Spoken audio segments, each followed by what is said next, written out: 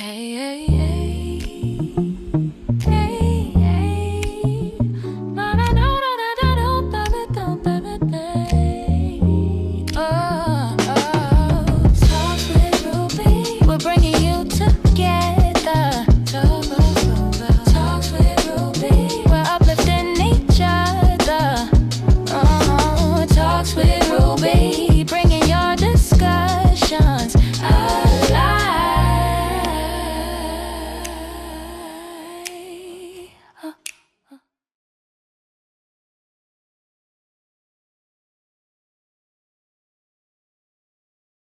By the National Health Service as a theatre practitioner. Okay. At that time, I was a scrub nurse. Yeah. Scrub nurses, you're trained to participate in different surgeries ranging from ear, nose and throat, urology, gynecology, orthopedics, and obviously emergency.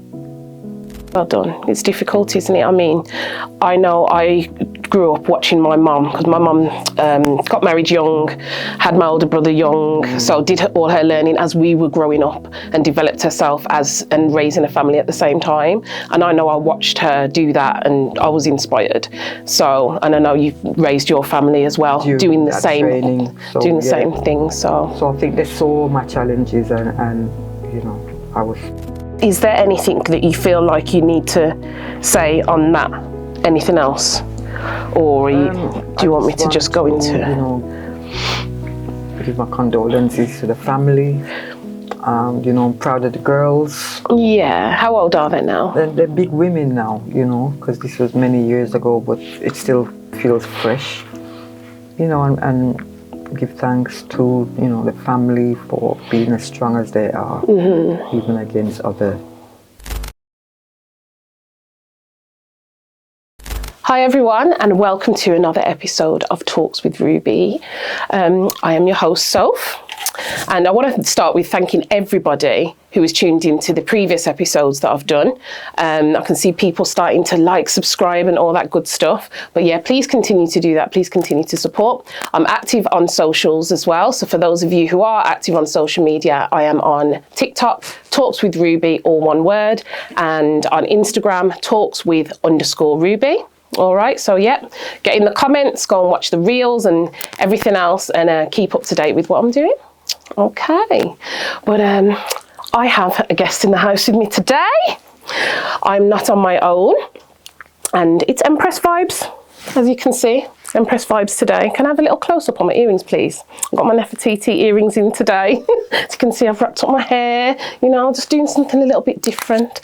I have an Empress in the house with me today. My guest is an amazing woman who has done so many things, not only in her local community, but also around the world as well, helping save lives, helping a lot of people. So without further ado, I'm going to introduce my guest. Okay, so I'm going to turn to my left and introduce my Empress guest. Okay, so would you like to tell everybody what your name is, where you're from, what you do? Okay, greetings. Thank you so much for having me on your program, Ruby. Thank you so much. No problem. Thanks. Greetings to each and every one. My name is Empress. I'm known as Empress Zauditu Ishuah. Also known as, in my previous years, Jennifer Simpson. I work as a medical professional. I worked in the NHS for a number of years, and now I'm working for our communities. Empress Zauditu Ishuah. Am I pronouncing that correctly? You are. Ishuah. Can I just ask, where did the Empress name derive from then? Well, when you look in history, we as Black people looking at our heritage, coming from Africa and so forth. So I was actually given that name. Empress Zauditu was a queen that ruled in Ethiopia prior to the crowning of His Imperial Majesty Haile Selassie I. So Empress Zauditu is a well-known queen who did a lot of work for her people there in Ethiopia, along with Empress Menin.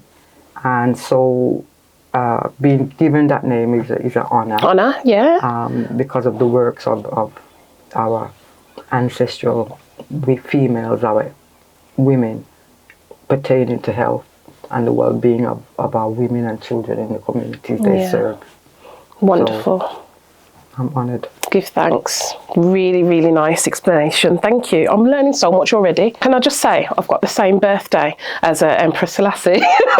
I just had to get that one in there. 23rd of July. Oh, wow. Yes. Yeah, man. You're blessed. Sorry, guys. I just had to get that one in there. Okay, right. So we'll get straight into it then. I wanted to speak to you about, all the amazing things that you've done over the years. And, you've been a medical professional, like you said, for many years. So let's talk about your journey, how that started, when it started, how it started and how it developed. Because you've made a difference in the hospitals, haven't you?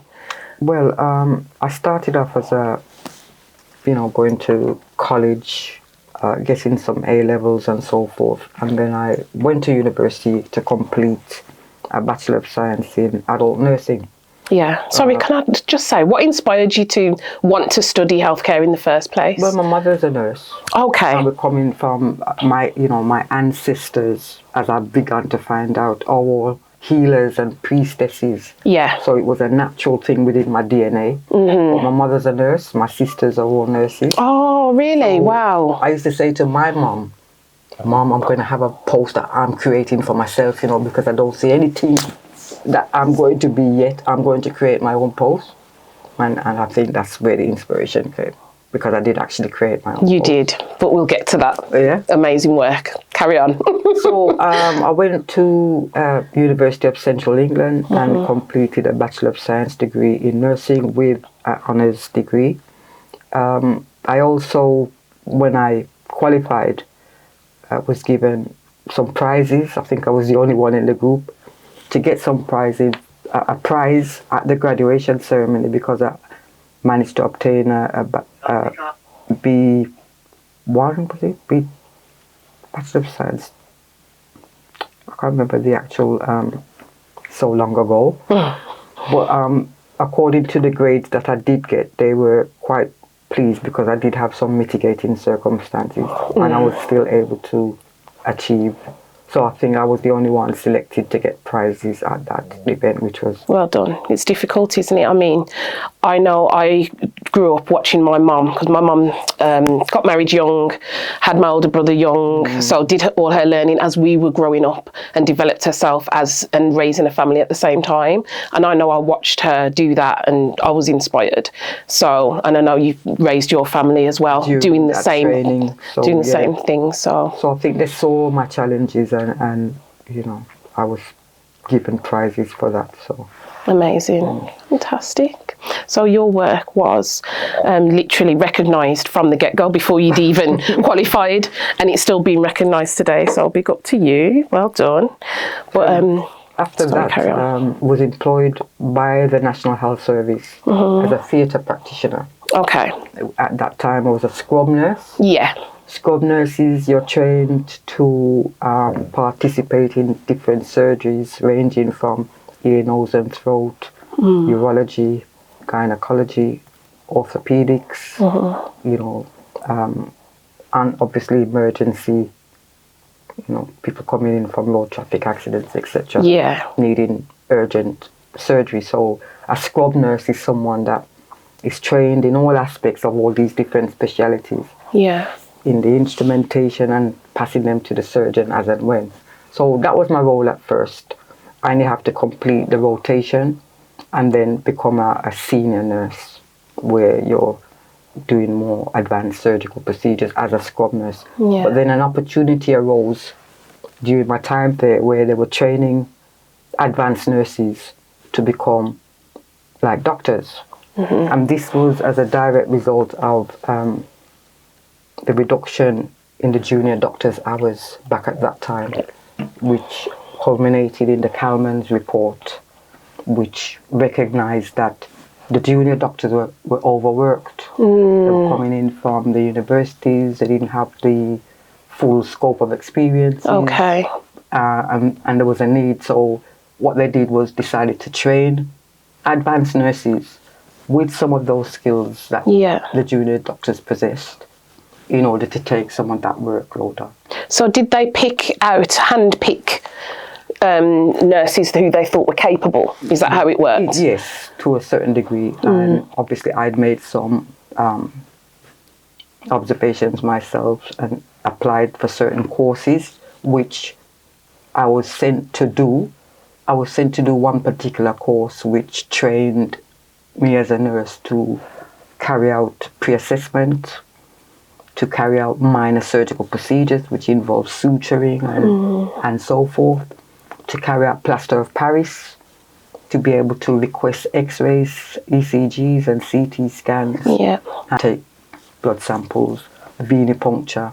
So I was trained in a whole range of skills, given a bleep eventually when I qualified, and then I became part of the surgical team. Okay. So from an advanced nurse, I was trained and equipped like a junior doctor with the skills to carry out even more advanced practice. So that role now is where I developed the post, because there was no other post before that. So how long did it take you to get to that point? Well, to qualify as a senior scrub nurse, it would take at least 2 to 3 years to complete the rotation, because you spend a few months in the theatre. In the orthopedic theatres, so that you become familiar with the types of fractures that we have to be dealing with and that type of thing. Then spend a few months in the ear, nose and throat theatres, where you're dealing with tonsillectomies. You've got planned admissions, you've got emergencies. So for planned procedures, there are various types of operations and certain instruments that are required for that particular procedure. So orthopedics, urology, vascular surgery, which includes varicose veins and things to do with the blood vessels, veins, arteries, carotid artery.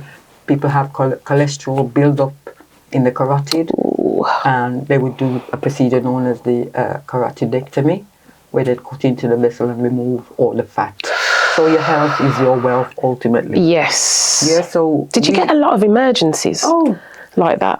When you work in theatres, part of your rotation is emergency. So every day you're on standby. So you got to be on the ball really and ready. So one of the most emergency scenarios that came in through the door was things like aortic aneurysms, which is where the major blood vessel coming in from the pulmonary artery, some of your large arteries, can rupture. And if it does rupture, sometimes the casualty may only have moments to live.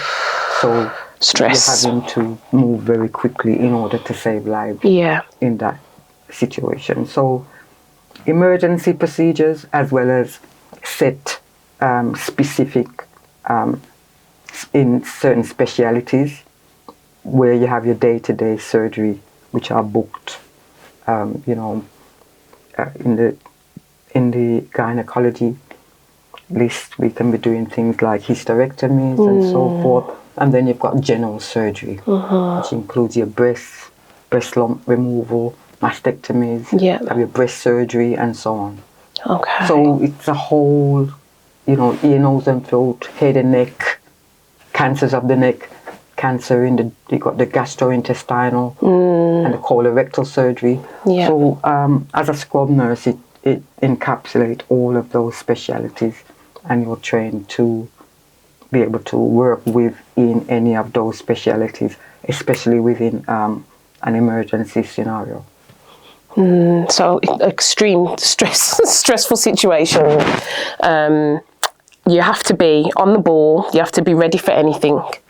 And if you haven't got those skills, then you could flop at any moment, couldn't you? So it's really important that they can't just dish out those roles to just anybody, So you've worked really hard for that. Well done.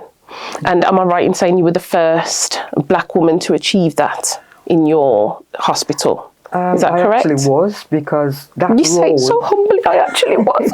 Shout about it. Do you know what I mean? I would. that role was actually created by myself. Because obviously, I was sent off to learn the skills like a junior doctor, which scrub nurses don't do. Yeah. Scrub nurses pass the instruments to the surgeon. So now, with the role that I created, it became the first assistant to the surgeon role initially, where just after my initial training, I was placed with different surgeons as the assistant. And as the surgical procedure was being carried out, I would be doing parts of it. Yeah. And then they can leave me to close up and so on. So it was quite a very new and novel role at that time. Yeah.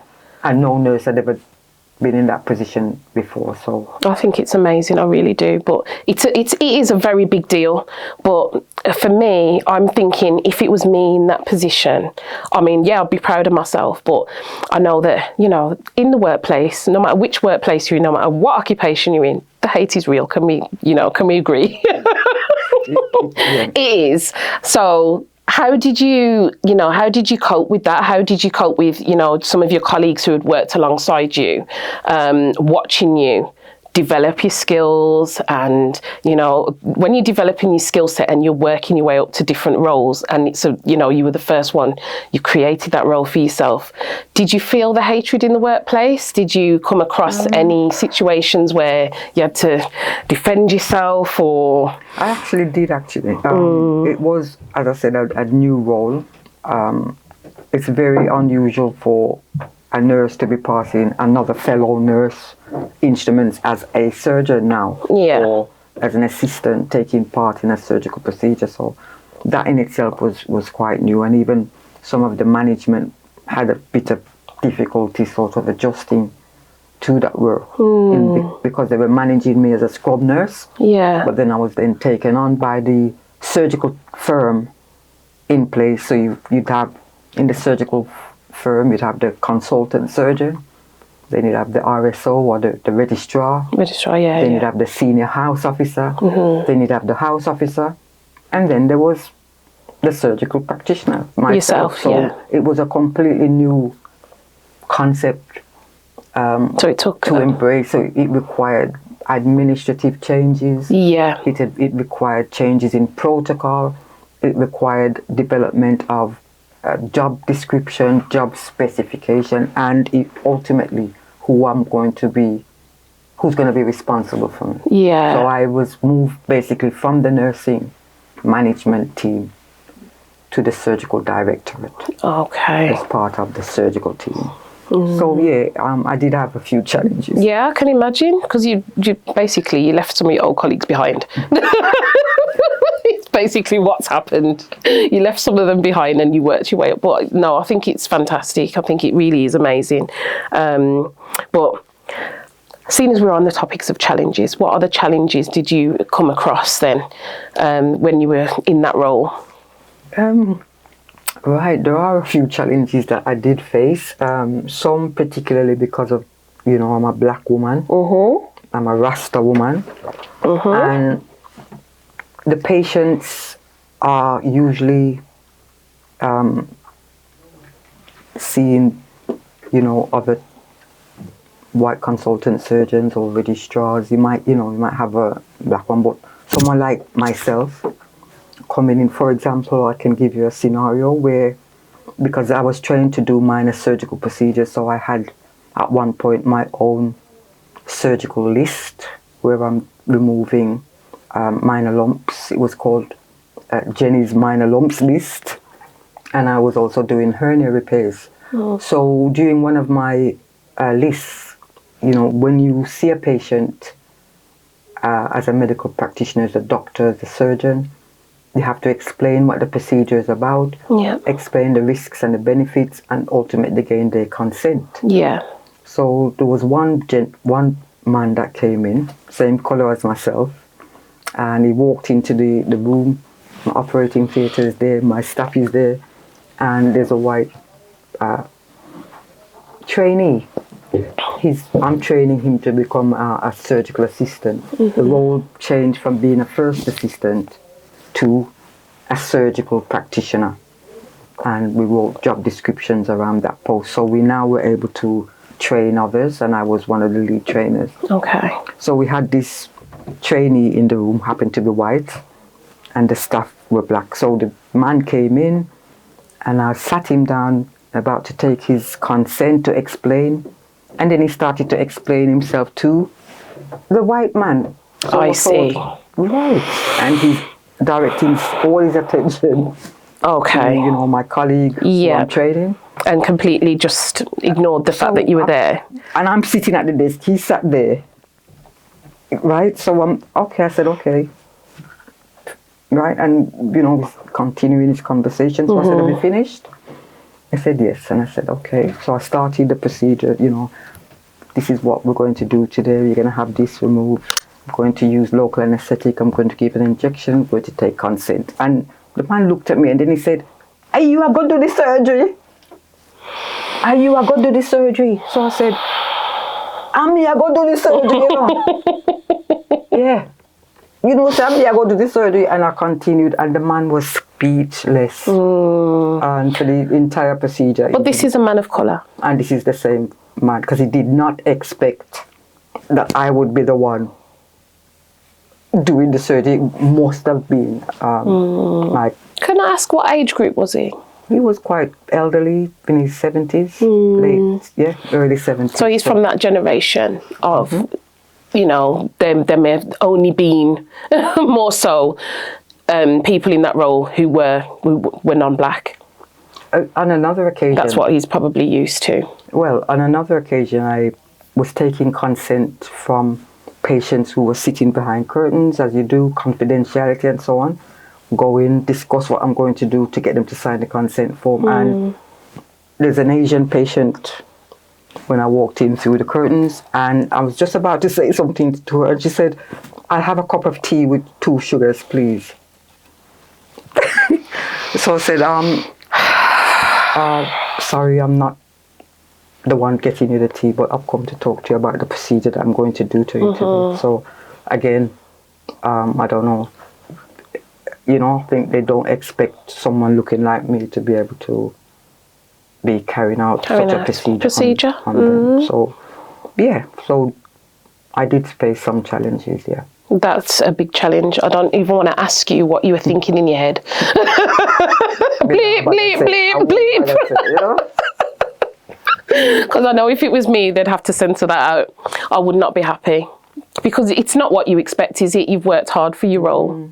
You've worked very hard. I'm really taken aback, but you can't be surprised, No, it's one of those moments where you have to hold your tongue in the workplace, and it's something that I feel like a lot of people have to do in general, but I feel like us black people have to do that just a little bit more, just a little bit. I know that because I've always worked with young people and families throughout my whole career, and I've had to hold my tongue in a fair amount of, situations, because I think, well, not just because of how I'm feeling, I can't express myself, but I have to remember that I am a black woman, and it may be seen as aggressive, because I am black. Sometimes we do have to think that in the back of our heads, how things may come out, even if we're not meant to, if it's not meant to come out that way, we don't mean it to, it can look that way sometimes if we're passionate. So, sometimes it just has to happen, doesn't it? But we get by, we get through. But as you're talking about the procedures, seeing as we're on that topic, you were kind enough to welcome me into your home. And while I was having a little mooch in your home, I did notice that you'd had been published quite a few times, actually. You had a few publications that I had a little look through. I was being nosy, and when I had a look, I noticed that you'd been featured in a number of magazines, and there's newspaper cuttings and things that you kept from over the years. Fantastic. Could you tell us a little bit about, I've written it down here. So, Nurse to Nurse magazine, 2003. There's a publication in there, and the headlines read, Surgical Assistance in the One-Stop Hernia Clinic. developments in the role of the surgical assistant in colorectal and breast surgery. So they're particularly intricate surgical procedures, aren't they? It's, not your average, not the same as just having a wisdom tooth out. No. So, I would say, I would like you to explain, how that came about and, what that was all about, doing the publication, having people come in and interview you and, take the pictures. Was that exciting for you? How did you find that experience? It was, it was a pioneering experience, I suppose. Yeah. Because the media department were aware of the fact that I am a nurse doing surgery. It was in the headlines at the time with other developments along the country, but I was the first one in the West Midlands. So they, I suppose, called in the press, and I was interviewed by a couple of the local newspapers around and contacted by the authors of that and other magazines. Nurse magazine, yeah. Basically, and I was also doing talks at Royal College of Nursing and other venues. Oh, wow. About nursing roles that they host for nurses in and around the country. Oh, brilliant. And basically that was about how the role developed. So now I'm seen as a pioneer with these skills, or to be able to show others how to develop that role. What does the role consist of? How is it integrated into the existing administration of the hospital management team and development of protocols? And now basically to break down the very barriers that were up at the time, because a nurse does not ordinarily do what doctors do. So therefore there's level of cover that needs to, vicarious liability.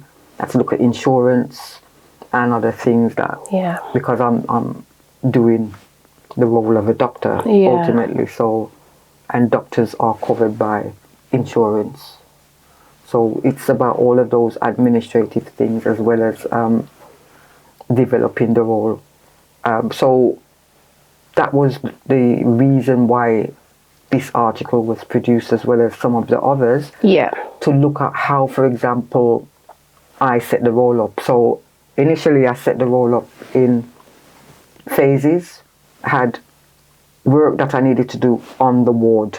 So if you're a patient, you've come in, you're going to have a procedure, a minor procedure, you're going to have a general anesthetic. For example, you need information about the procedure itself. You need to sign the consent form. You need bloods taken so that they can take. And then obviously you might need X-ray, ECG, or whatever, depending on your age and your previous medical condition. So they had me leading on pre-op assessment for a time, particularly in my area, which was colorectal. I was attached to a colorectal surgeon, meaning anything to do with the gastrointestinal, the large bowel, the small bowel. And, people have cancers, people have ulcers, appendix that needed removing, and all sorts of things that can affect just this area. So I divided the role into the ward work, pre-assessment work, theatre work, post-operative work. And obviously there's research and development. We needed to develop patient information leaflets and also information about the role, because in our speciality we developed new pathways for treating patients, like, for example, enhanced recovery. So if someone was to have a procedure, a large intestine removal, you can have a procedure called an ileocecal resection, which is where they remove a part of the bowel that may be having a cancer within it, for example. Ordinarily, if you have that type of procedure, it's going to take a few weeks for you to recover. It takes a few weeks for the bowel to join together again and to start its movement. Eating and drinking is a it's a slow process. Yeah. So along with the surgical team that I was working with, and one of the surgeons in particular, he was doing the procedures using keyhole surgery, Yeah. which reduces the size of the wound, Yeah. which means you heal a lot quicker. Yeah. So we developed an enhanced recovery pathway, reducing length of stay from 2 to 3 weeks to 4 to 5 days, 4 or 5 days. Brilliant. And, with careful titration of their treatment before, during and after, patients were able to go home a lot sooner. So that was highlighted in the literature, the nursing and the literature, the medical literature. And we carried out research, which I was featured in as well, looking at length of stay and how we managed to reduce that within our trust. So that was just one area that I was able to expound on, doing talks around the country. So I had the minor surgical list that I was doing. So I could talk about developing minor ops, working as in endoscopy again, which is where they put the camera in the back passage. You can get a colonoscopy, sigmoidoscopy, and that's where they check the inside of your intestine to make sure you don't have a cancer or other polyps or other, ulcers, ulcer-causing lesions, etc. So that's why that came about, to stick to your question. No, that's good, and you've answered it really well. Thank you. But I find it quite interesting when you were saying about the length of stay and trying to reduce that. I think that's so important, because when people have been in hospital and they're already out of their home environment and they're not themselves because they're, clearly they're not well. Being in hospital, it's not very nice when you're just stuck there afterwards trying to recover. So I think it's really important that you've highlighted that and trying to reduce that length of stay, because everybody just wants to go back home to their home comforts, around their family, because that can make you at your own leisure, and this is it. This is it. Because just being in the company of your own family and just having your environment itself and your own bed. So true. I mean, I've only ever, luckily, touch wood, if I can find some little piece of wood there, I've only ever been in hospital really for any length of time when I've had babies. I'm a mum of 2, so that's the only time really I did have a little lump taken out of my shoulder about 10 years ago. Other than that, but I came out the same day. But other than that, it's only when I've had babies. And the first time, when I had my first son, I was in there for a week. Okay. But not because there was anything wrong with me. I lapped it up though. I loved it because I was being looked after. There was nothing wrong with me. I actually just thought, as soon as I get home, I'm gonna have to do everything. But it was just because because he was very small. And I wanted to breastfeed. I was very, very adamant that I wanted to breastfeed. And he just kept falling asleep every time he went on. So they kept in. So they kept me in to give me that breastfeeding support. That's all. But I was fine. I didn't have one stitch. I was fine. I was walking around, listening to my music. They gave me my own room. It was lovely. But this is like 20 years ago. So they ain't got the space and the time for that now. You're out the same day if you're well.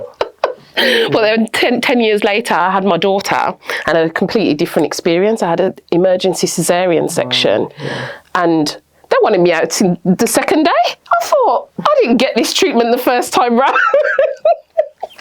So yeah, completely different experiences. My hospital experiences were, but my kids are here safe. I give thanks.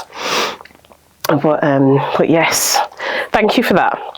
I wanted to ask about, when you took on those roles and you were doing those surgical procedures, obviously you're up there in the hierarchy now in the hospital. You've worked your way up, you've got different titles, etc. Some of your colleagues, I know you said you faced challenges, but did some of your colleagues' level of respect increase for you? Gosh, yes.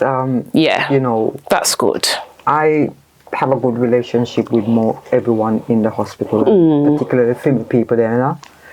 And, I always used to say to the cleaners, you're just as important as the biggest consultant surgeon, because without you, the cleaner, it's a team effort, isn't it? Without It you, is. the people in stores washing the linen, the hospital can't work. So you just know, so you just as important, seeing. Yeah, man. And in fact, when they saw the role and what I was doing, they were so proud. Yeah.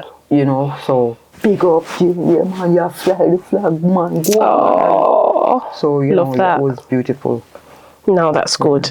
That's good. I think it is important that we get that support from the people in our community, because it's inspirational, and you never know who you're inspiring just by going to work every day and doing your job. You don't know who's watching you and who you're inspiring. You might be inspiring that person who washes the linen or the cleaner to go and get further education, to be just like you. You just don't know. That's so true. Yeah, you never know who's watching. That's what they say. Okay. So this next little bit I wanted to speak about was a lot of developments that are going on around the world in terms of technology and everything AI. There's a lot going on. China are pioneering a lot of AI-led hospitals and things now. And even though there are pros and cons, I think, to it, I feel like I wanted to have this conversation with somebody who has got a breadth of experience like yourself and, a whole heap of knowledge, because having a hospital purely led by robots. I think, what do you actually think about it? I want to hear your take on it as an experienced health professional. I'm passionate about our people, and face-to-face contact and so forth. So there is a place for AI, don't get me wrong, but as the time progresses, I find AI need to be skeptical about it, because there's so many videos online now, and you watch them with the belief that this is correct knowledge, only to find out that not goes so. So you have to be very skeptical in terms of its integration into medical care. Me personally, don't want no robot to look about me. You understand? I need a human. Caring is sharing. Yeah. Caring is about feeling, seeing, knowing. You understand? I can look on you and say, what happened to you? Yeah. How am I going to, I can see you're upset spiritually, because caring is not about just a physical domain. We have a spiritual part. This is it. You understand? And mental health. But the spirit is very important. It is. We're going to it now, but still. No, I hear I can't look about my personal needs. But AI, in terms of researching certain things or keeping documentation in terms of,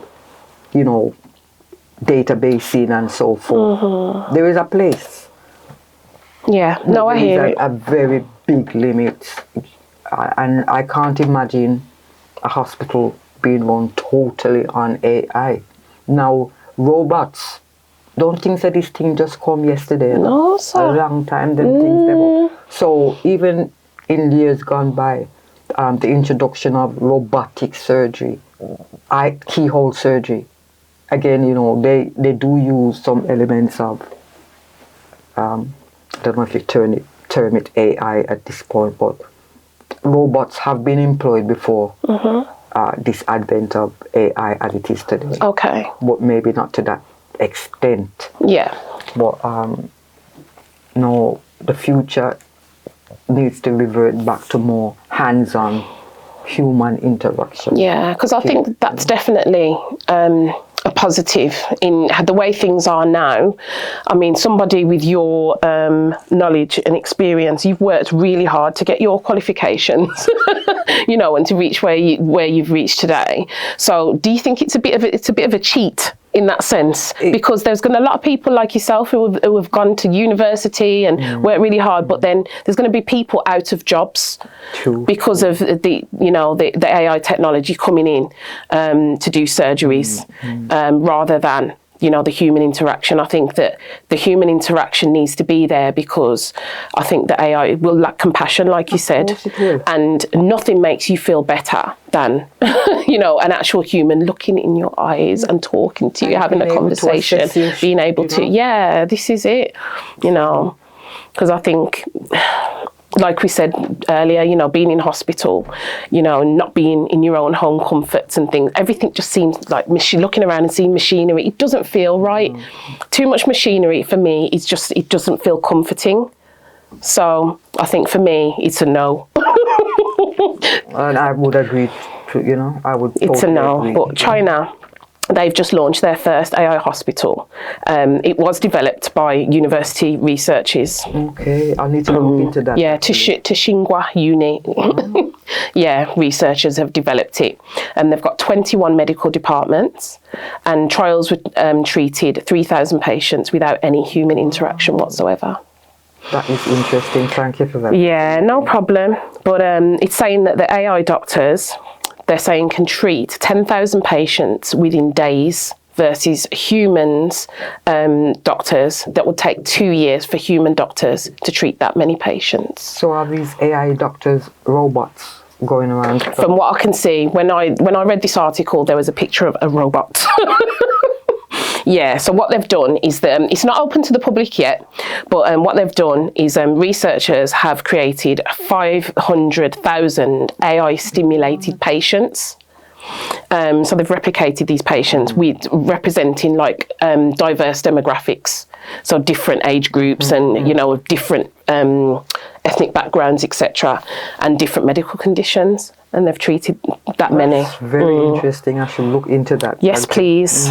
Because and come back to me with what you find as well. Will, you know, I can't see how that's going to take root, because, you know, medical negligence and all these other issues are, you know, have to be high on the agenda. Yep. With especially if it was to be adopted in some of these Western countries. Exactly. You know, to that extent. But we'll see. Yeah, we'll see. But for you, it's a no. Complete. Big no. I want to see someone. You know? Me too. And it wouldn't depend on what you haven't done.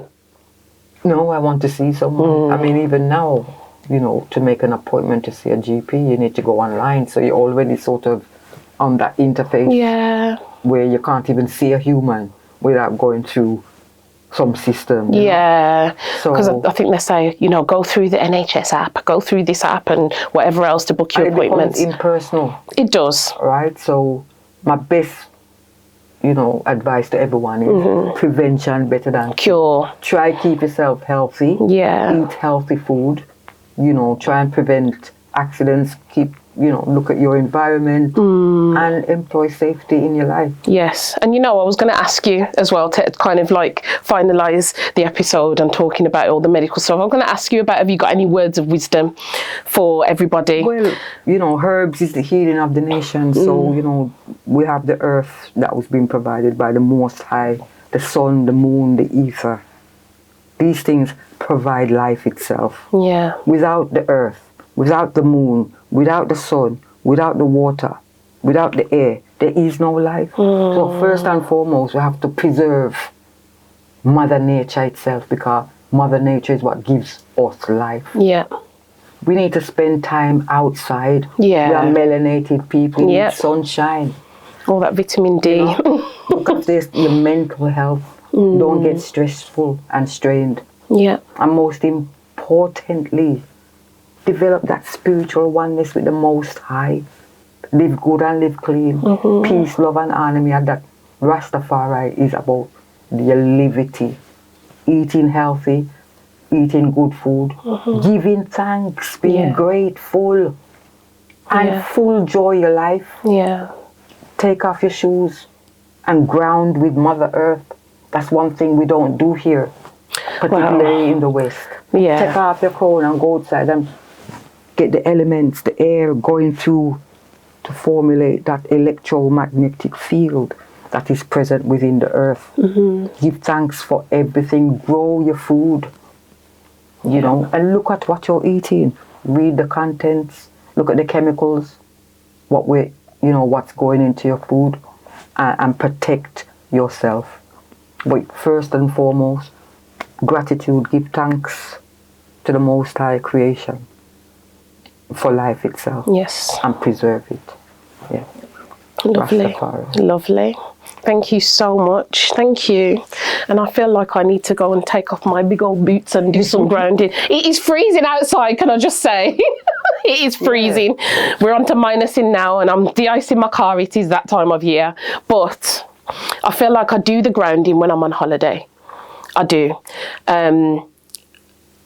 It's easier to do it then, of course, if you're in a warm place. Of course, it's easier. Yeah. But I love to feel the water along the shore against my feet, my legs. You know, I love to feel the sand in between my toes. And I know my partner's watching this now thinking, no, sorry. But he's not the biggest fan of the sand in between toes, but I love it. And I will just say, babe, can I just go and walk across the shore? And he was like, yeah, carry on, babe, carry on. So, you know, but, especially the man them, you know, we're growing in an environment that is like a matrix. We put on Babylon clothes. We don't even know our tongue again. Traditional African heritage before colonialism. Even our medical treatments, what we have passed down through the traditions in Africa. Prevention was very much part of our liberty. Eating and drinking the herbs. Yeah, the fruits of the land. Yeah, drinking mineral water and so forth. Living as close to nature as you can will preserve your health. Cut out your foods, these quick snacks, you know, and go into McDonald's or whatever you want to call them. They go cook, banana, yam, and make two dumplings. Yes. Yeah. And the man them, you know, we too cloak up in this. Out the youths, them, our people here, particularly in the West, we're not out there.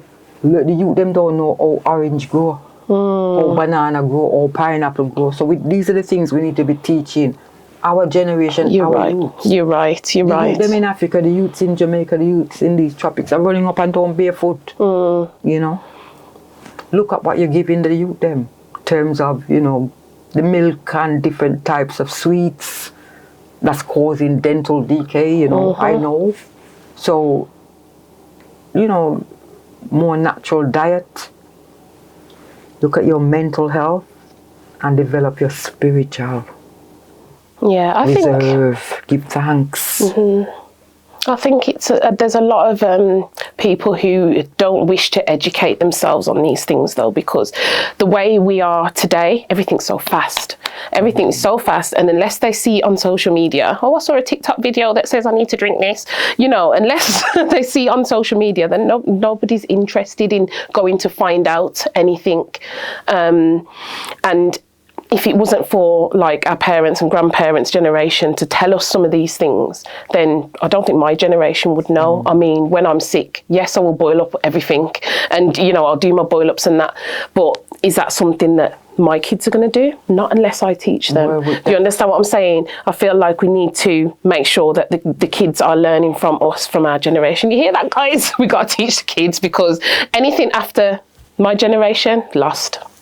That's a very serious thing. It's going to get lost, you know, seriously. Your granny, you know, your granny them used to boil Oh, yeah. peppermint and all kind of bush. All these bush teas and everything, but they work. And they work. They work. Where do wonders. medicines come from? Where do all Western medicine come from? Yeah, Imhotep, the father of medicine, you know, had a lot of procedures in place long before Western procedures and medicines, you know. For those interested in looking at the herbs, because herbs is the healing of the nation. Every plant on the planet, every grass, every seed has healing Has a property, yeah. You know? So if you can go to One Stop, there's Fiwi Herbs. There's a virgin there named Sizzler. Okay, so that's got a One Stop Peribar people. One Stop Peribar, yeah. Fiwi Herbs. You know, we're working, Sick Be Nourished is working in collaboration with, you know, a charity that we run. Sick Be Nourished project, because let the hungry be fed. That's our duty. Our naked need to be clothed. It's our duty. Our sick have to be nourished. Yeah. Our aged need to be protected. Once a man, twice a child. And more importantly, the infants have to be cared for because they are the generation of tomorrow. Yes. If we don't set an example now, you know, the youth, them are walk around, so you call them now look, you know, yes, mom. Yeah, and take it from, you know, everything's a screen. Other things, so, and the generation that have tomorrow, so we have a responsibility to ensure that we grow them and groom them in the right way. Yeah. So. And now it's time for Ruby's Gem. Life is like riding a bicycle. To keep your balance, you must keep moving. This was a quote by Albert Einstein. If you are enjoying the content so far, don't forget to like, share, subscribe and comment. Your charity that you've got, you've been running Sick Be Nourished charity since 2011, am I correct? Yeah, probably even before then, but we officiated it, became a charity at that time. Okay, so that's quite a few years now. So can you tell us about how it all began? At what point did you realise that you wanted to, you know, be a humanitarian? Well, it wasn't. It was a matter of needs, basically. So was there like a particular situation or experience that made you think, okay, this is what I want to do. This is what I want to start. I mean, obviously, being in the medical profession, I have access to medical resources, particularly some of those that are out of date or no longer being utilised by the trust. Okay. You know, they might upgrade and use a different type of glove, for example, or apron, and then they'd have stock that are in date but no longer being used. So for those things then, do they just throw them away? They would just ordinarily throw them away. And I'm talking about boxes of things. Oh my goodness me. Some may be out of date, but there's many things that are in date due to upgrading technologies, new materials, new companies, new costs, lower costs, you know, or just a change of company. You might have a batch of previous stock that are no longer going to be used. So I had the opportunity to obtain some of those, get them to just divert it to myself. So this has been going on for a number of years. As a Rasta woman, obviously we're looking to go home to Africa. You know, and that is one of my dreams, to go home to the motherland, where I can carve out a place in the sun, as His Majesty Emperor I said to do. So, as part of a women's group here in the UK, you know, Caribbeans, Jamaicans, etc. As Rasta woman, we do things for the community. You know, we have various businesses within the community, such as the Culture Shop, for example, which was there on Crompton Road many years ago, providing cultural books, cultural artifacts. They had a hair salon where they were treating locks, and Rasta woman, Empress, Sister Nai, and Sister Yainka, Sister Shabula, and other brethren, you know, from in and around the community that were running the business. Very necessary in our community to look after the needs of our community. Black literature to teach us our history and so on. Really important. So, you know, as Rasta Sisterians, we decided to, you know, when people drop partner money. See, partner good, you know. So we dropped a partner, and each Sisterian decided to put a portion of that return towards a project that we can all be part of. And that was to secure some land in the Shashamane, the land that was given to peoples of the West, Ethiopian World Federation, there in Shashamane by Emperor Haile Selassie I. So that land is there, you know, it's a portion of Rastafari that repatriated from Jamaica that have been on that land. So it was only a matter of time before obviously we have to go there. So one of the group, one of our sisters, one of the sisters actually from the culture shock was the first one to repatriate with her children. So she repatriated to Shashamane and was there for a number of months. We secured some land there and we planted up the land, and she rented an accommodation and was nearby. So as the sisters, at least we've got one on the land, and the plan was we all go home. But she became pregnant with child, and during that time, the husband had already lost a wife during pregnancy, which is a situation that is common across Africa. In some parts of Africa where there are lack of resources and so forth. So because of that situation, when she became pregnant now, she decided to go to Addis and go to a private clinic to pay for the care for her to have her child safely. I remember arriving in Ethiopia 5 days before she was due to have the child.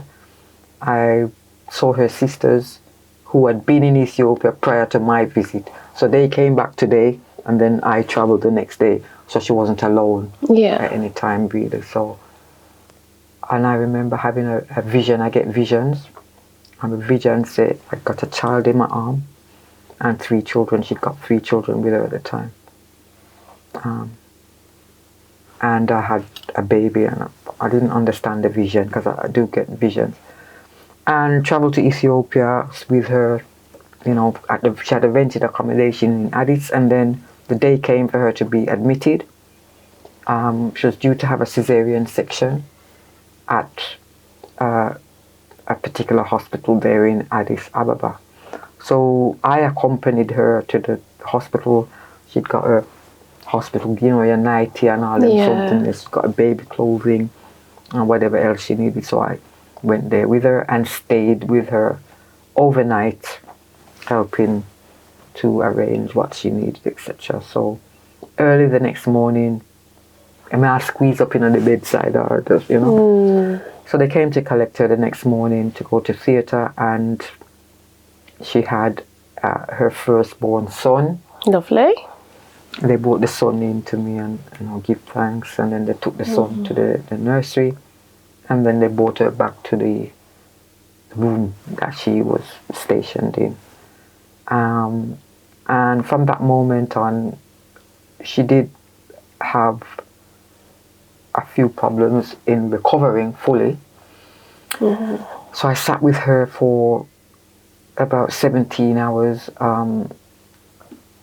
It was a scenario that developed in that the following morning, quite early in the morning, I'm just going to shorten the story here, but I woke up in the night to find her not breathing. Oh no. Called the medical practitioners to come down, and they actually came down with a patella hammer and a stethoscope, and after their examination they told me that she had actually passed away. Oh gosh. This was 4 o'clock in the morning. I was asked to pack her things, and then they agreed that they would take me back to the apartment with her things and so forth. So obviously it was a shock. I'm not going to go into the details, of course not, because it was quite a traumatic situation that took place. And then to end it all, they assisted me. I had to call for assistance. I had to phone to her family to inform them. And this is like 4 in the morning, waking people out of their sleep with this. And then obviously I had to phone her husband. Oh no. I couldn't even tell him wife number 2 had gone. So yeah, it was a situation, and eventually they put everything inside an ambulance, gave me the baby, and then they asked me, are you going to bury her today? And I said, right, I can't bury her today. I've only been in the country for 5 days. So anyway, they needed to produce the appropriate documentation, birth paper for the baby, and death certificate for her, which would need to be sorted out at a later time. And then they put us in the ambulance. There was a brethren there who was going to show the ambulance exactly where we are staying, because I don't know, and obviously the husband was in no fit state, you know, to direct us. And then what did they do? Give me the baby and put my sister in the ambulance with us and proceeded to take us to the destination. So now I've got a baby in my arms, the children, but also my sister in the house, and obviously having to delegate. I've now got the children, and also needing to arrange funeral or whatever, death certificate, birth certificate, and so on. So that was the long and short of that there. So it did highlight at the time the need for some sort of difference in healthcare provision. My sister has just died in front of my eyes, and it really brought it home to me. So when eventually I did return to the UK, I was due back to work more or less the day after I landed. And when I went to work, obviously I'm not in no fit state, and they saw what was going on and sent me home straight away when I explained what had happened. So as a direct result of that particular issue there, it prompted the need to do something. Babylon are dash with things every minute, and these hospitals don't have it. They were washing gloves and hanging them up to dry in certain clinics and certain hospitals. And here we are in the UK throwing things away, brand new in the box, that are not even out of date. So it prompted me to do something about it. So I, obviously because of the role, being a surgical practitioner, I'm already working among the consultants, the registrars, the house officers. So I was able to, they invited me to one of the meetings, and I explained, I said, Una have it over here, look, and I did a presentation, PowerPoint, and I showed them National Health Service clinic, theatre, and then I compared it with the clinic in Africa. In Africa, and the total lack of resources. So that itself prompted a lot of support. Them start calling me Professor Jenny, one of the surgeons. You know, and as a direct response from those presentations in and around the trust, because then you got the IT communications department interviewing me. So now I was in all the hospital magazines as well. And then we put out an appeal to all the departments in the hospital, the leading department, stores, the wards, the surgeons themselves, the clinicians, any equipment that you have got, don't throw them away. Give them to me. So over the years, we've managed to gather a huge amount of equipment, Zimmer frames, theatre scrubs, curtains from the linen department, instruments from the surgical stores department, where they've got instrumentation trays for surgical procedures, etc. And all the departments were giving me things. So we managed to obtain a building where we were given some space at Sick Be Nourished project. By that time we'd formulated the charity, because I was asked, I'm part of the Nyabingi Council UK, and I was asked, obviously we've got illnesses that are affecting us as well, as our black communities, things like diabetes, etc. So I'm been approached from different angles, looking into our conditions, and formulated a registered charity. Yeah. So that charity is called the Sick Be Nourished Project, and the aim of our charity is to let the hungry be fed, our naked clothed, the sick be nourished, aged protected, and infants cared for. So it's very appropriate in that it's part of the Nyabingi creed that I and I as Rastafari adhere to. Yeah. Good living amongst our people. Yeah. So your own cultural beliefs and traditions were put in there. Yeah, that's very important. So since then, we've managed to collect a vast amount of different types of equipment. We've donated, even before we formulated the charity, we were donating gloves and things like that to clinics in Ethiopia, the Shashamane District General Hospital, where they were washing the gloves that I spoke about. We donated gloves to them and so forth, and also did some presentations to the community about different things, you know, to do with the health, diabetes, etc., and so forth. So that's how we generally how you started. And also, I used to cry when I talked about. Yeah, no, I just feel a little bit emotional. I'm not going to lie. I wasn't expecting that story. However, I can understand why something like that pushed you to begin the charity. And I'm just actually, I feel so proud. I feel so, honestly, I do. And I didn't even realise, I mean, this is some years ago now, that this charity existed, but I would have been shouting about it and sharing it, because honestly, it's amazing that, you know, you've taken things that people are throwing away, and, you know, you're using it for good to make changes, important changes. I mean, it's like I said, it's a shame that you had to go through that experience, you know, but it's, you know, you've made a lot of changes since and saved many lives since. So please be proud of yourself. I feel emotional. I'm so sorry. Is there anything that you feel like you need to say on that? Anything else? Or do you want me to just go into... You know, give my condolences to the family. You know, I'm proud of the girls. Yeah. How old are they now? They're big women now, you know, because this was many years ago, but it still feels fresh. You know, and give thanks to, you know, the family for being as strong as they are, even against other situations. So. Yeah. And you still keep in touch and everything. Yeah. Oh, wow. I suppose they're like family, aren't they? Yeah. Oh, that's lovely. Sorry about that, guys. I'm so sorry, but you know, it's real life. It's real life. Sometimes these things happen, and I'm only human. We're only human, aren't we?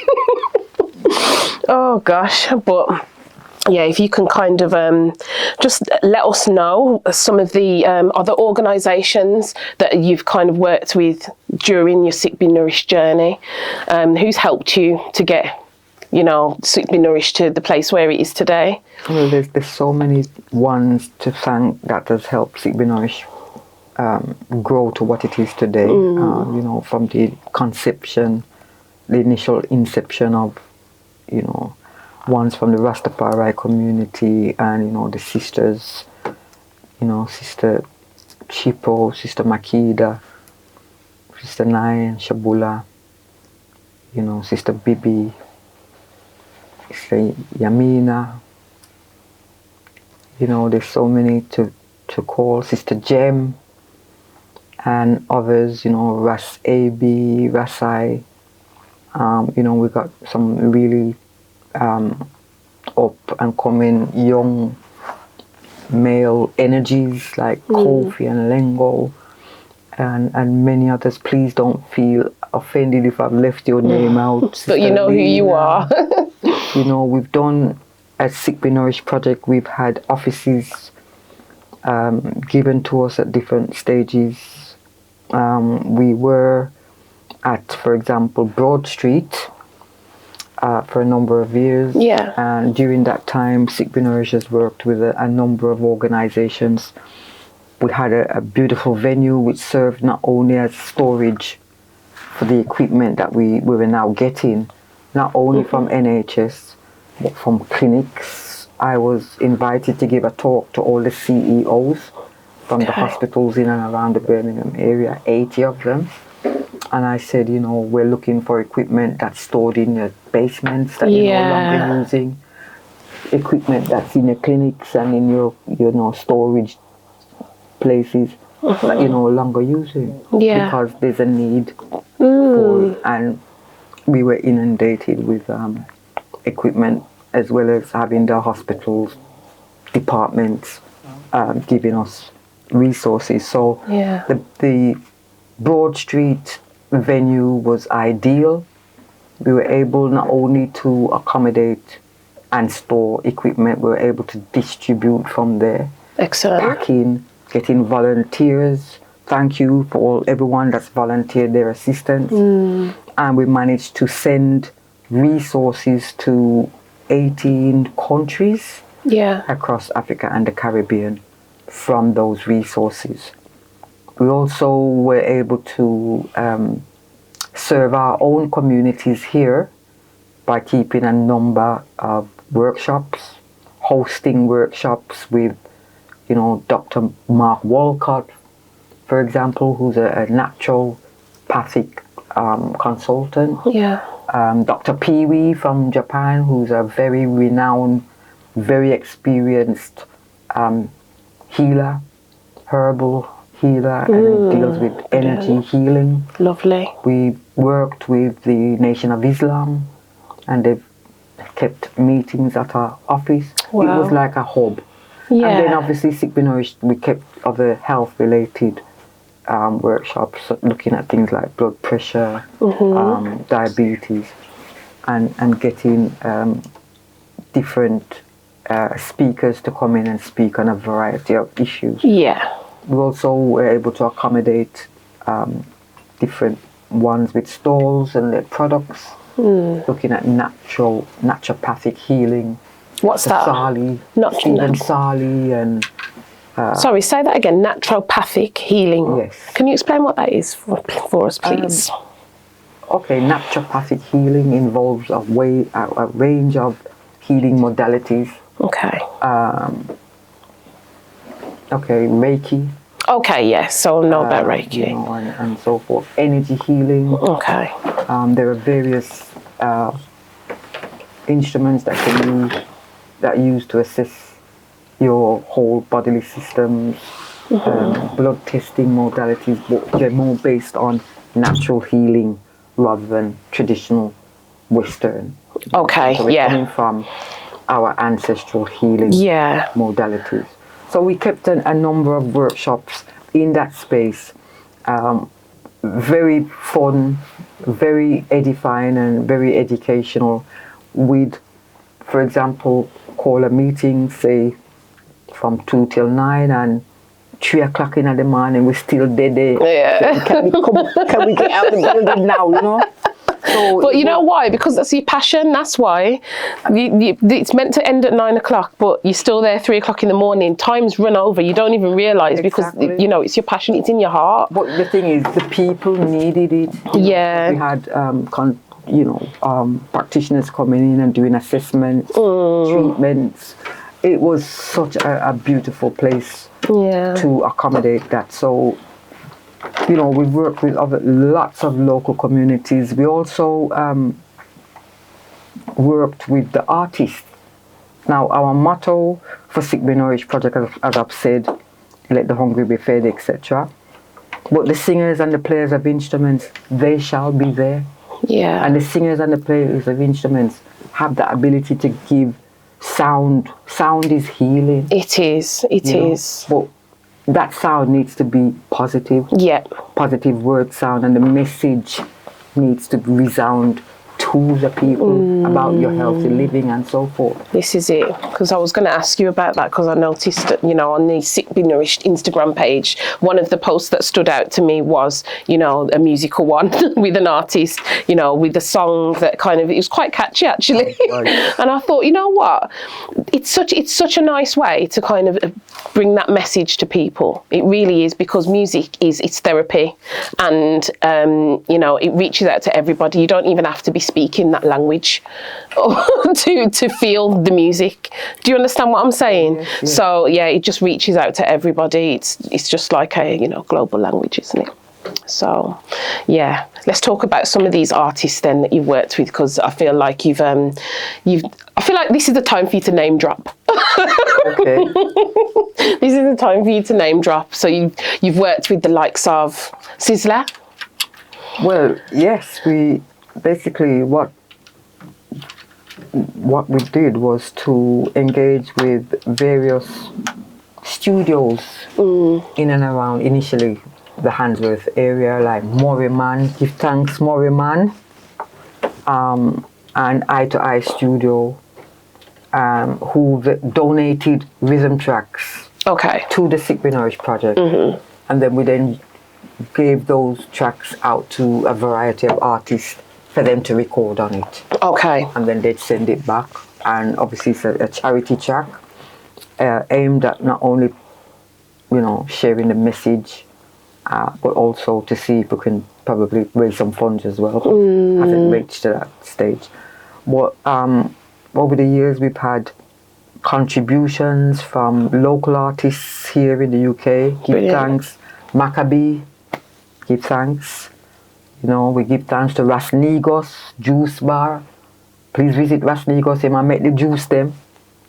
Where can we find Rasnigos? Rasnigos, I would have to give you his number. He did have a venue where he was serving the juices from, but he's moved from there, so he's now available online. But you can see him at most of the venues, like the Legacy was there last week. Okay. Selling his natural juices. Amazing. So Rasnigos is also an artist.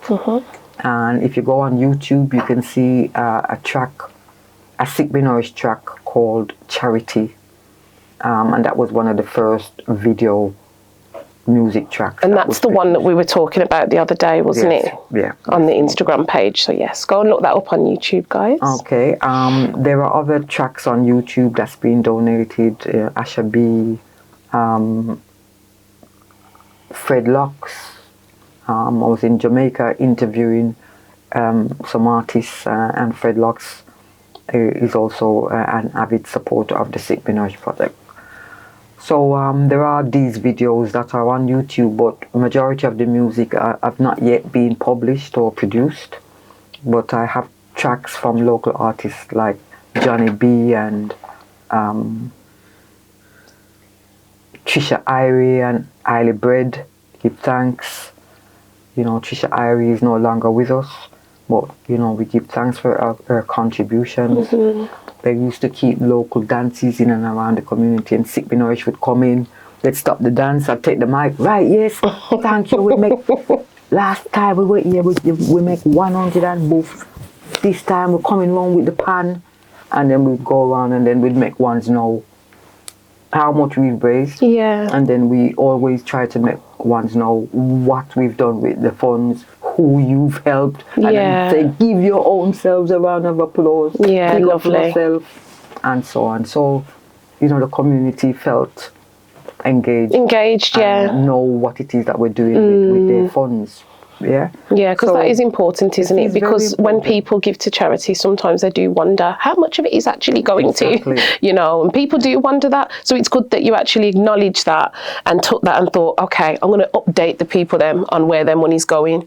It is important. And, wants to know as well that with the collection of goods that we did get from the hospital, along with the funds, we travelled to Jamaica, we've travelled to Zimbabwe, to Malawi, to Johannesburg, South Africa, Cape Town, Ethiopia, and now we're in Uganda. Yeah. Each of these places we've distributed things like blood pressure machines, stethoscopes, patella hammers, and try to plug the gaps. At the moment we have a beautiful young woman in Uganda. Yeah. Her name is Shakira, absolutely beautiful. She wants to train to be a doctor, but she's got a cancerous tumor in her face. Okay. So Sick Be Nourished has been supporting her from she was 12. Oh, She's wow. now 18. Wow. So some of the monies that have been donated, we're supporting things like that, buying her a blender because she couldn't swallow, and helping goodness. with medical, actual medicine and so forth. But ultimately, there is a fund, a GoFundMe page set up for her, help Shakira, because she ultimately needs to have a surgical procedure to remove the cancer, if possible. But she needs to go to India because those facilities are not there in Uganda. I see. So that is one of the projects that we're fundraising. There is a GoFundMe page for that. But differently, coming to the artists, we produced an album along with my son. Can we close up on that, please? Yeah, the Sick Be Nourished album, and you know, with artists like Simeon Sweets, One Eye, Just Shepherd, Chami D, Italis, with a track called Jobless Ethiopia.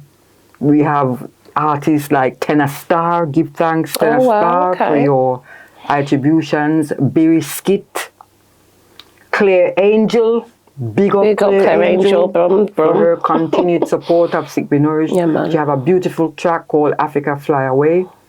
Papa Biggie has donated a track. We have Rasnigos, Moriman, and Junior Roots.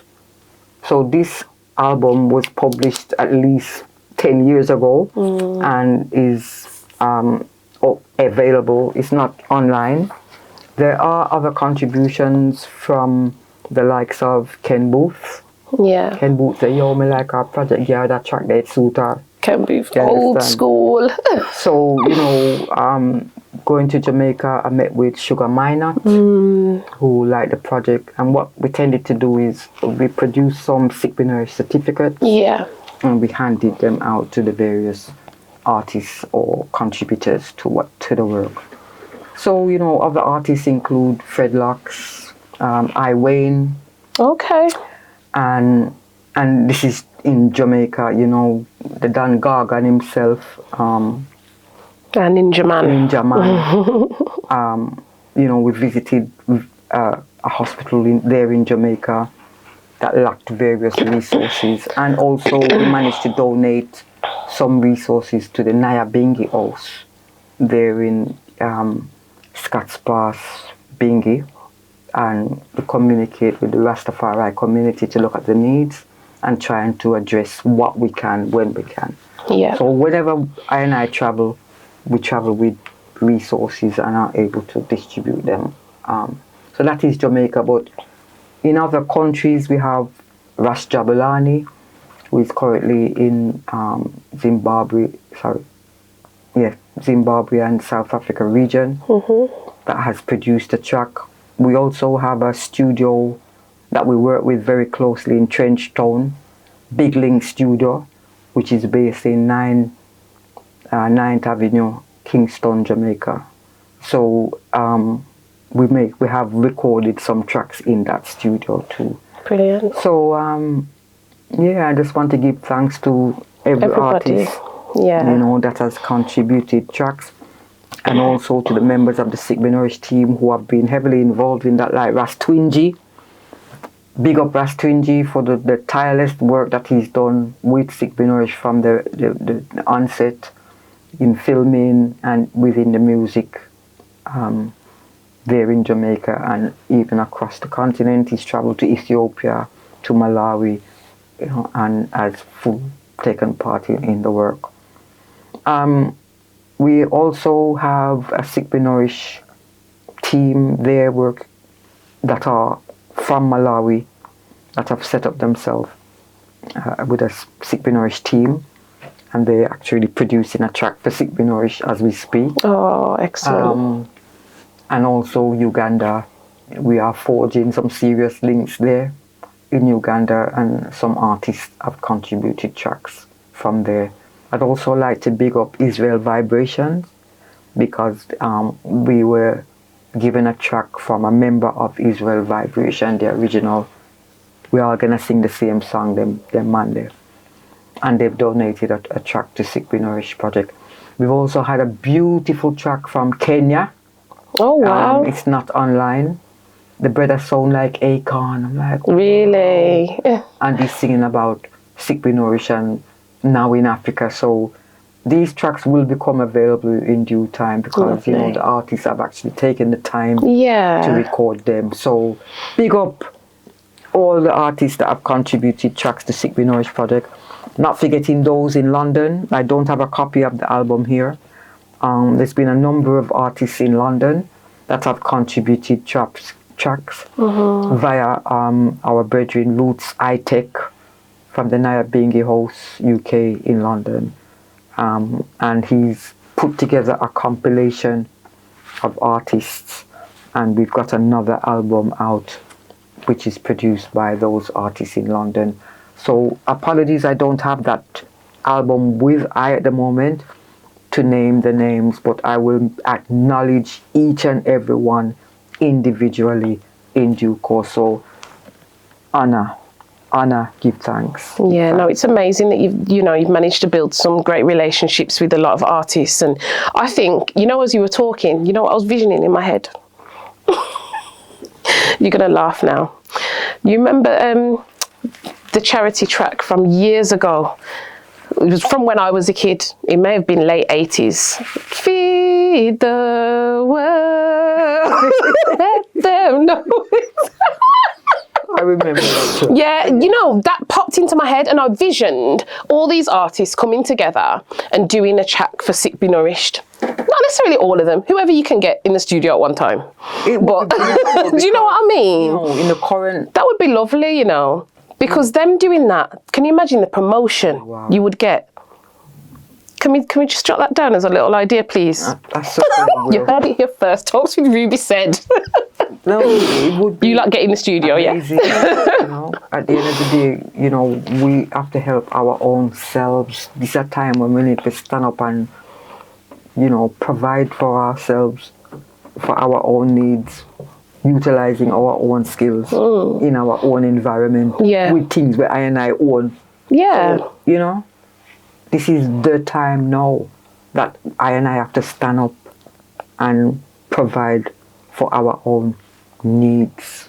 So please, that's a very good idea. It is, isn't it? It is. I think I can see it happening, because that was how many years ago? Has there been another charity track like that since? Has there? I can't think of one. You know what I mean? That track is probably over 30 years old. It's got to be. I remember that song when I was in primary school. And, it brought a lot of people together. The celebrities. Who did they have in there? George Michael. All them big stars that were big at the time. But everybody came together, did that track. It stayed at number one for I don't know how many weeks. Then probably another 10 years later it was at number one again. Every Christmas you will hear it. Can you imagine? It would be quite appropriate in this time now with what's going on with Melissa. With Melissa in Jamaica, exactly. Maybe you should holler at your friends. Call up Sizzla, get them in the WhatsApp group. Sizzla, Ninja Man, all of you lot, everybody get together, and create a little plan for something like that. Because, the recent Melissa disaster in Jamaica, it's affected so many families across the whole country. And with everybody needing to just stick together and have that whole mindset, that tough mindset of, right, we're going to fight this now and rebuild the country, and like we said earlier, with music being therapy, music being, a way of healing and bringing people together, why not? It's time. Music is, black people love music, so, so just give thanks for each and every one that has made it possible to date, but the work continues. We just a start now. Yeah. We need to be building infrastructure. We need our clinics and our hospitals. We do. We need to train the youths them to, we do. Do these, provide industries for our generations to come. We do, We need to be planting the land and looking at our herbs and eating more healthily, planting our foods. We need to go home. 100%. 100%. You're right, Empress, honestly. You're definitely dropping some bars and some gems today. You are, but I wanted to say as well about because you're flying out soon, aren't you, to go and do some more work. What is next in the pipeline? Obviously, I know that you've got a lot of things that you're shipping out to Jamaica to help with the crisis from the hurricane. But what's next? What will you be doing over the next 6 months? What does that look like for Sick Be Nourished? 6 months. I mean, obviously, I also have to big up and give thanks to all members of Sick Be Nourished. Because, not on, without the help of the members in the team, we couldn't do half of the things that we are doing. Yeah, of course. So big up Sick Be Nourished team, wherever you are, you know who you are. Big up AB and Rasmakapi, Taliba, Zamila, and all these other sisters and brethren that have brought us to where we are. So the future, at the moment, we're looking at galvanizing the Rastafari community here, because, there's a huge effort taking place to provide resources and relief efforts to Jamaica on the whole. Coming in, I mean, you should see the efforts of JLB Shipping. Big up Beverly Johnson from JLB Shipping. She's doing amazing work. And this container, which is going tomorrow, is the third such container that's going to Jamaica. Perfect. Under the auspices of JLB Shipping. Lovely. Beverly Johnson. Big up. So Sick Be Nourished has managed to put some things on the container which will go to the general population, and organizations like Food for the Poor and so forth that are based in Jamaica. However, we're getting concerns and calls about my fellow Rastafari there in Jamaica. Yeah. Those that have been directly affected by Melissa. My Rasta brethren, my Rasta sister, our families. So what we want to do is target some of our Rastafari brethren, so that I and I as Rasta here in the UK, galvanizing an effort to make sure that we reach, because there are some in some very remote areas and we're getting direct communication and contact. So as a result, we've been, we've had a fundraising drive and we've raised a small amount of funds, and we've appealed to the community for things like tarpaulin, batteries, solar lights, power banks, because at the moment there's lack of electricity. There is. I mean, my nan doesn't have electricity at the moment, and she said that she, because we're communicating through WhatsApp. For a while she didn't have any Wi-Fi, just got the Wi-Fi back now, but she's still got no electricity. But she charged her phone up the road somewhere at one of the stores, so and that is, and Melissa was what, a few weeks back now? Exactly. It's hard. So there's immediate, short-term responses. We've set up a WhatsApp group called the Sick Be Nourished Rastafari Response Unit, and we're communicating with ones directly on the ground here, looking at the needs, who needs what, when, and so on. We have actually been making a difference and managing to link ones and coordinate a response with other Rastafari houses that are present there in Jamaica. So, give thanks, Beverly Johnson, for what you're doing, and we're going to work with her to transport the items that we are collecting to Jamaica, but will go some to the general public, but we want to target Rastafari houses, the tabernacle, and work with some of the nurses that are there in Jamaica. Brilliant. And provide them with blood pressure machines, etc. Someone even asked me for some scrubs today, and she was so thankful because I've actually got some. So we're fundraising to try to see how we're going to get those things across to Jamaica, and that's one of the current things that we are doing now. We're looking for things like tents. We want to speak to businesses for tarpaulin and things that you would need to live outdoors, because there's a public health concern at the moment. Infection, leptospirosis. There's a huge influx of mosquitoes, so people are at risk. So we want to do the best that we can. So yes, let us know exactly what you're going to be doing out there then. Right, Uganda came about as a direct result of ancestral energies telling me to go to Uganda. Really? Ancestors say go there. So I've been in Uganda in and out over the past couple of years. I am actually at Kampala University studying public health.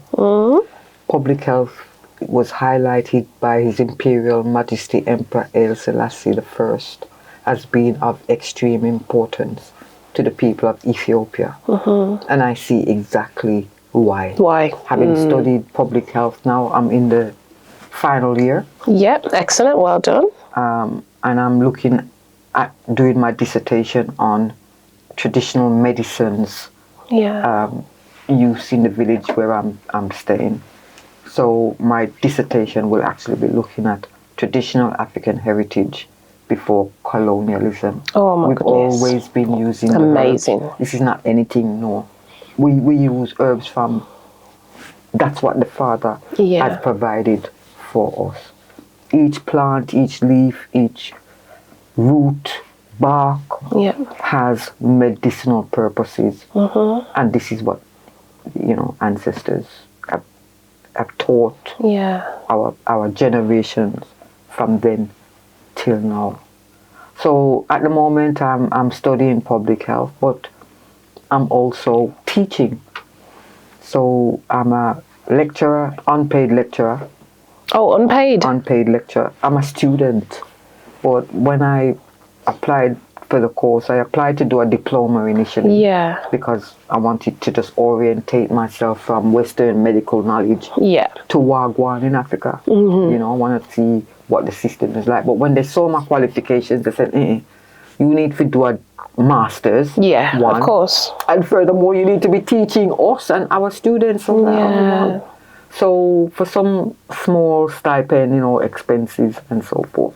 So I'm not there on a work permit, but I'm absolutely enjoying teaching anatomy and physiology, Amazing. first aid, communicable and non-communicable diseases, infectious and non-infectious diseases, and I have taught disaster management. Wow. The students are from Kenya, Sudan, Uganda, Tanzania, all around the region. It's such an honor to be in and amongst my fellow Africans and to be in that capacity. So the learning is reciprocal because I'm learning as well. Yeah. So at the moment, I'm going to finish off my master's and to complete my training program with my students. But also, we have some land there. We want to set up a retreat. We have some land up near Ginger. And the aim is to set up Sick Be Nourished project. It is actually registered there in Uganda. Yeah. And we're working with a number of organizations. We have already donated to a variety of clinics in the Kampala region and also some of the wider areas out in the country. So, there's a lot of collaborations taking place. There is. A lot of plans for the future. Yeah. And that's where we are at the moment. That's excellent. No, it all sounds amazing. So you're still on the journey because you not only are you learning, but you're teaching. So when will you be finishing your qualification and completing that? I should be finishing it early sometime next year. Oh, fantastic. So hopefully I will finish it, and then I would like to make a trip to Jamaica to see, we've got the short term, medium term and long term efforts that we need to continue with.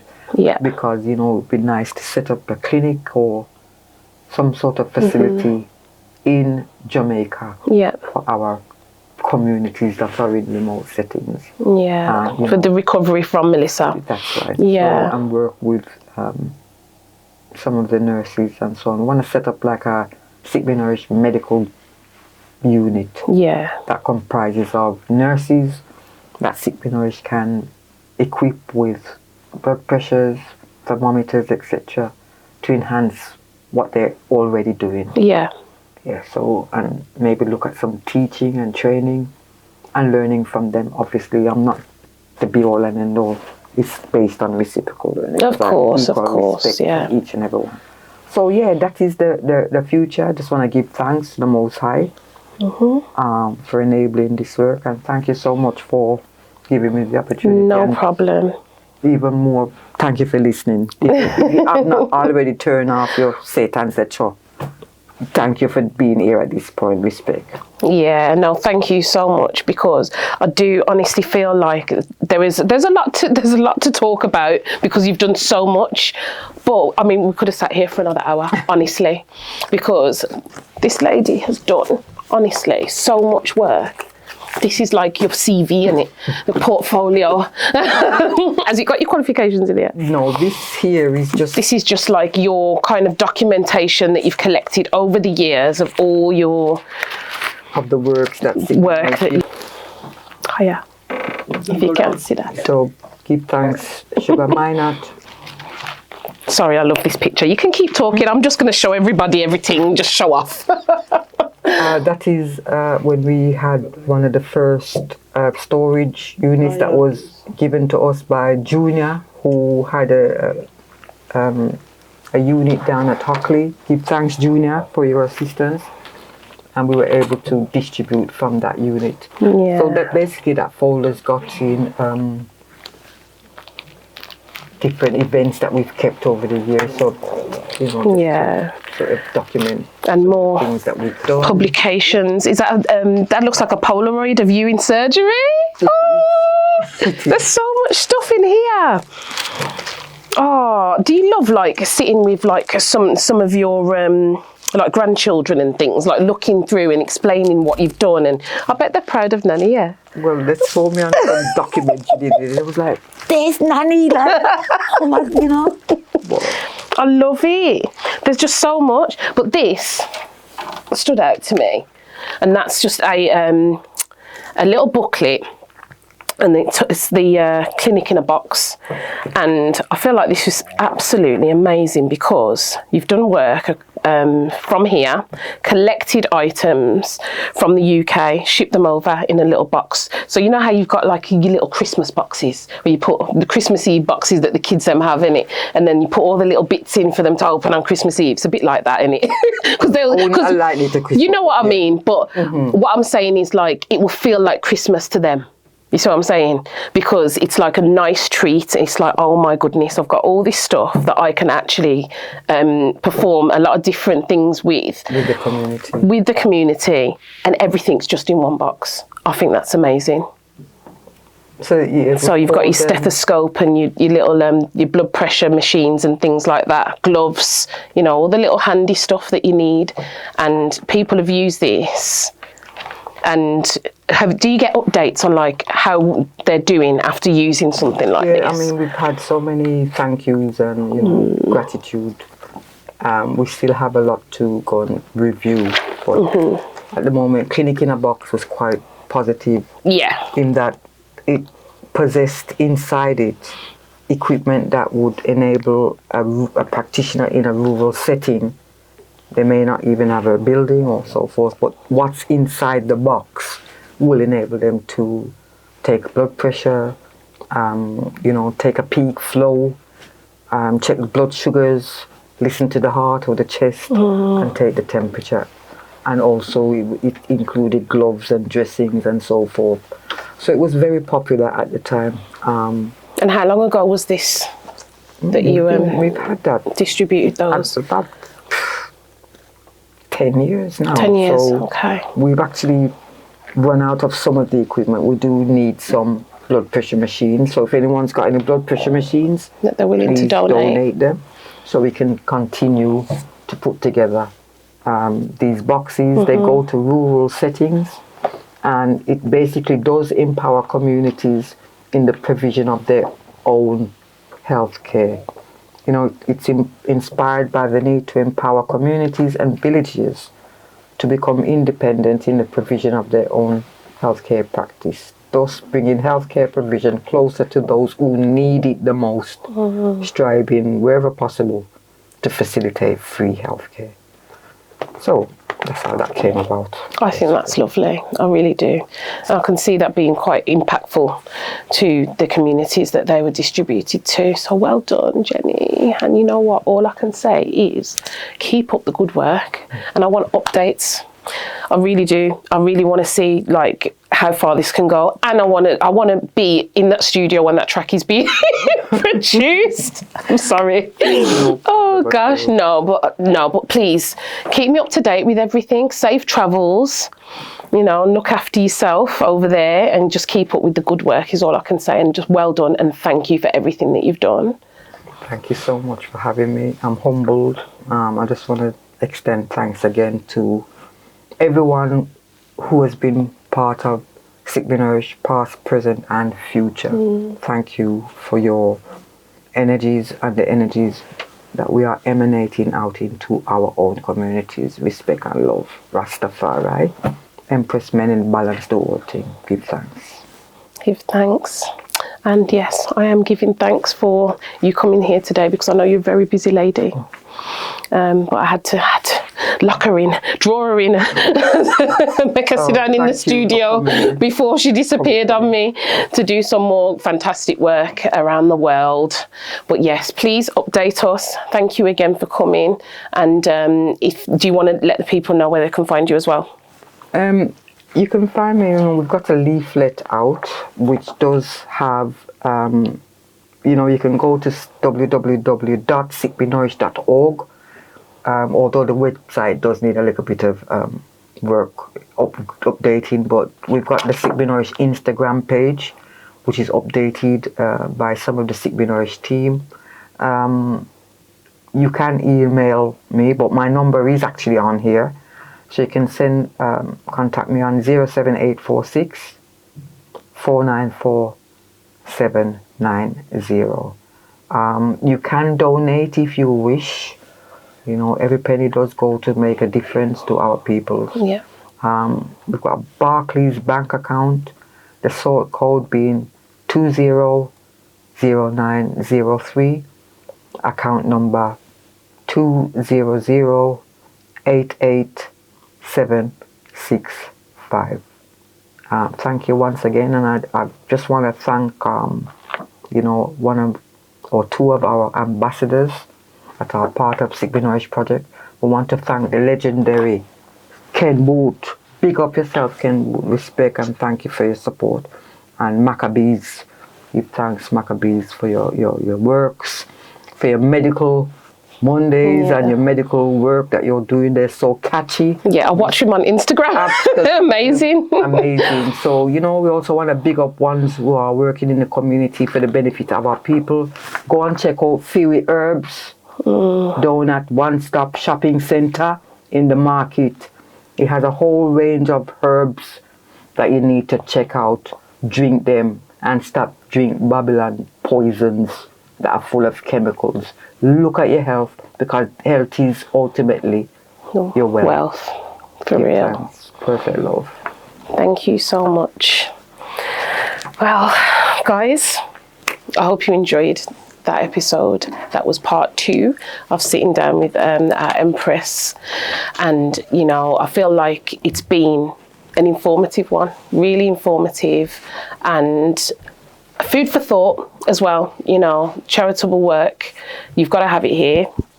And I feel like you've definitely given so much to the community, locally, globally. So yeah, I'm grateful, and I'm sure people watching it at home, it would resonate with them as well. And yeah, hopefully everybody will, follow and support the cause, guys.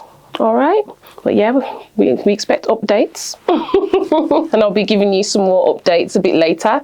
Maybe when Empress comes back from Uganda, we can have another chat, That would be nice. It would. I just want to thank some of the artists in Uganda as well, that have not yet made, that have already I've not yet met them, but they've contributed. To Sick Be Nourished. Big up Ambassador, and other Daniel from Uganda, Ras Niger, Ras Zonga, and his wife Nantika, and also big up to my sister Makida, my sister from another mother, and all the sisters from the Empress Shabula WhatsApp group.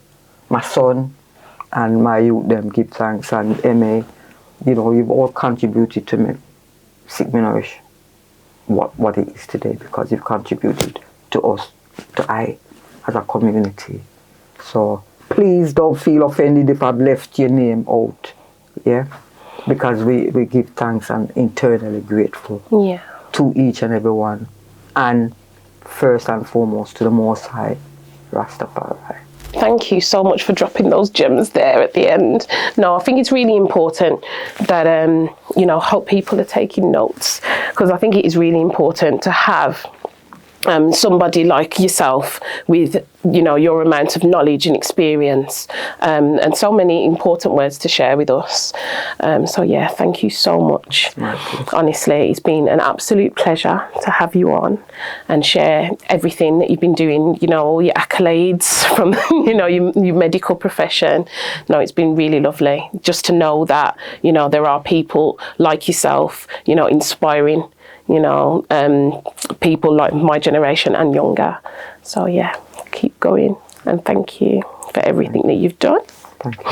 But yes, guys, time to wrap it up. Hope you enjoyed the episode. Can I just remind you to go and like and subscribe and all that. If you've enjoyed today's content, please share it with somebody who you think might benefit from it as well.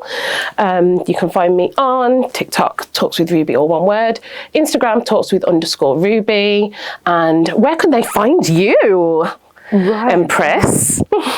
Okay, so as I was saying, we have a charity called the Sick Be Nourished Project. So you can, if you go on the Sick Be Nourished Project Instagram page, you can see some of the work that we've done, and you can get in contact with me directly there. You can also contact me on my WhatsApps. I've got 2 WhatsApp numbers. You putting your WhatsApp number on here? Oh, okay. You can if you wish, but well, okay, maybe not. I can display it on the screen if you want me to. If you don't want me to, that's absolutely fine. Okay, but you can get hold of me through the website www.sickbenourished.org. There is a team of us, it's not just myself, as part of the Sick Be Nourished project, and we do a lot of charity work in and around Africa and the Caribbean, but that's another story. We're going to talk about that. You've got to tune in for part 2, okay? But yes, guys, thank you so much for tuning in. And like I said, go like, share, and subscribe and all that good stuff. Thank you.